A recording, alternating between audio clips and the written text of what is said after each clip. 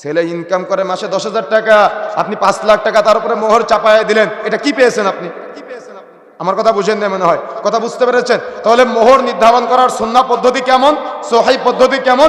ছেলে আর মেয়ের বাবা, তার মানে মেয়ের ওলি, ছেলে আর মেয়ের ওলি দুজনে কথোপকথন করবে। ভালো করে মনে রাখবেন, ছেলে আর মেয়ের ওলি দুজনে কথোপকথন করবে।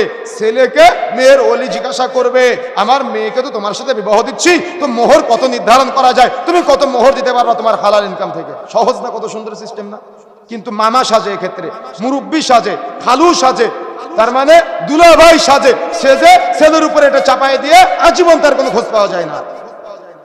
কিন্তু এত চমৎকার একটা পদ্ধতি, ছেলে আর মেয়ের ওলি দুজনের মধ্যে কথা হবে, আমার মেয়েকে তো তোমার সাথে বিবাহ দিচ্ছি, বা আমার বোনকে তো তোমার সাথে বিবাহ দিচ্ছি, তুমি কত টাকা মোহর দিতে পারবা? তখন ছেলে বলবে যে আমি আমার হালাল ইনকাম থেকে আমি এত টাকা মোহর দিতে পারবো, যদি আপনার পছন্দ হয় তো আপনি বিবাহ দিবেন, পছন্দ না হলে বিবাহ দিবেন না। তাই বলে আপনি বার্গেনিং করতে পারবেন না।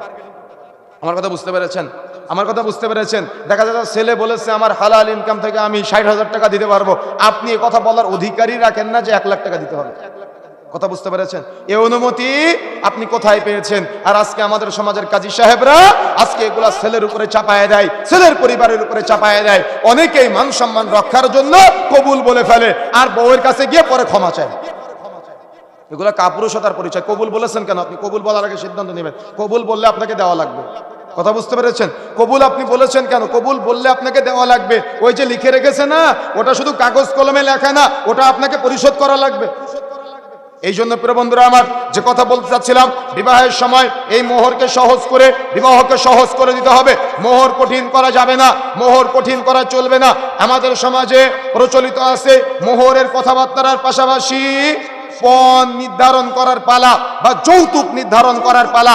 যৌতুকের এই প্রথা কোথা থেকে এসেছে? ওই যে হিন্দুদের বিবাহের পরে, তারা তো মেয়েরা বিবাহের পরে কোনো কিছু পায় না, এজন্য বিয়ের দিন যা কিছু আছে সব একসাথে দিয়ে দেয়। কথা বুঝেন না মনে হয়? যা কিছু আছে সব একসাথে দিয়ে দেয়। এই জন্য তারা কি করে? এই জন্য তারা ওই বিবাহের সময় যেহেতু একসাথে দিয়ে দেয়, এই সংস্কৃতিটা বা এই পদ্ধতিটা আজকে আমাদের সমাজেও ঢুকে গিয়েছে। যখন বিবাহ শাদী হয় তখন ছেলের বাবা বেলজ্জার মতো, তার মানে বেলজ্জতির মতো, তার মানে শরম ছাড়া হয়ে বিআই সাহেবকে বলে, বিআই সাহেব তাহলে তো বিয়ের দিন তারিখ নির্ধারিত হলো, মোহরটাও নির্ধারিত হলো, তো আমার ছেলেকে কি কি দিবেন? কি বলে কিনা? কথা বলতে হবে, বলে কিনা যে আমার ছেলের ঘরটা কি দিয়ে সাজিয়ে দিবেন? একটা মেয়ে, দেখা যাচ্ছে একটা পরিবারে 3টা ছেলে, একটা পরিবারে 3টা ছেলে। বড় বৌমা বিয়ের সময় বাবার বাড়ি থেকে আসার সময় 3টা গরু আর একটা মোটরসাইকেল নিয়ে এসেছে। মেজ বৌমা বাবার বাড়ি থেকে আসার সময় দেখা যাচ্ছে ঘর সাজিয়ে নিয়েছে, স্বর্ণ গহনা নিয়ে এসেছে।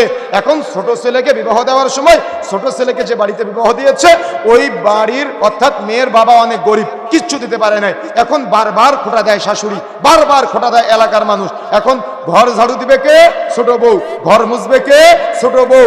থালা বাসন ধুবে কে? ছোট বউ। রান্না বান্না করবে কে? ছোট বউ। কেন? ছোট বউর বাবা যে গরিব। আমার কথা বুঝেন না মনে হয়? এটা মানবিক কথা বলতেছি আমি, আমার কথা আপনি বুঝতে পারবেন না। কেন? আপনার মধ্যে বিবেক চুকু নাই।